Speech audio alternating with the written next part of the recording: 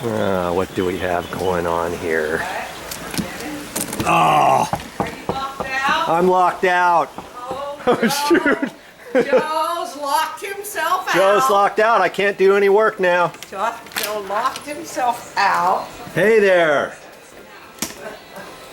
I have a little project in here, Nancy. Yes, you do. Yes, I do. Oh, I haven't even combed my hair. You better not be.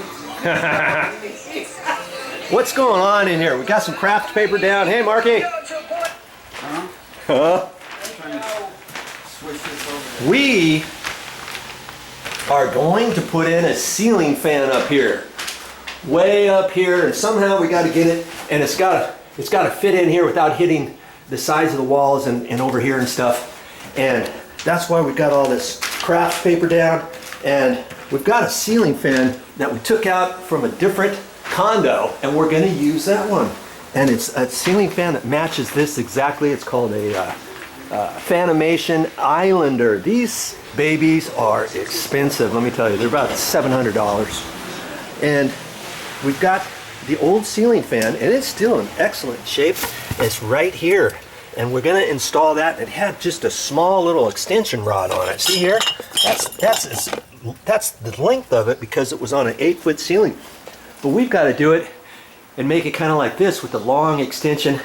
You can go to the store, you can get extension rods. Here we got an 18-inch extension rod, and we also have a 24-inch extension rod. We're going to measure it and do some stuff and figure out exactly. Just because this one is a certain length doesn't mean the one in the bathroom is going to be the certain length, depending on the angle and the pitch of the ceiling and where it is located in there. Okay, so we got a little bit of stuff to do, and I sent Mark to the store. We got a couple little things for our project. I'm not going to show you this entire project or anything. I'm just going to show you bits and pieces. I have some other videos on my channel that show all this. But see, we had to go through a little bit of a thought process on how are we going to get up there. There's no attic up here, okay? And see, usually I'll put a cut-in box in next to the existing light switch. Well, here's the existing light switch. It's in a single gang box. There's not enough room to put it in there, is there? We look over here, think, okay, can we go up this way? Well, here's a box. We could have put a cut-in 2-gang box in there. What does a 2-gang box look like? Looks like this right here. And see, there's some little paddle things that doink like that on both ends. So when you tighten up the screw, it goes like that.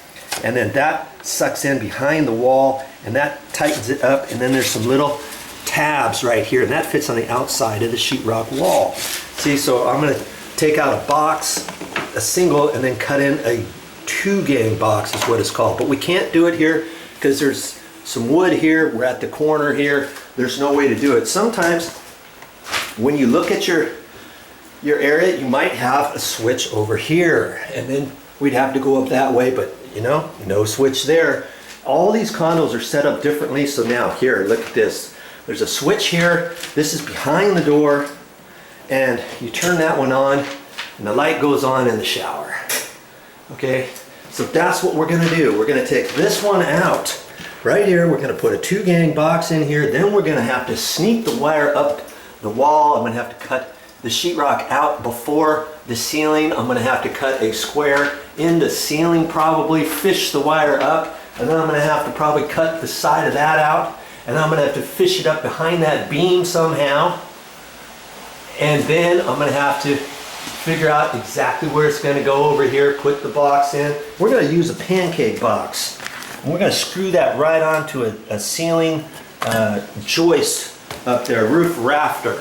Okay, and we're going to take that, and we're going to have to make some patches up there. We're going to have to run some wire here, and here we got some wire, and this is 12-2 with 12-2 with the ground. Okay, that means the wires are 12 gauge wire, and there's 2 wires in there, black and white, and then with ground means that one of them is a bare stranded wire. So there's actually 3 wires in there. Okay.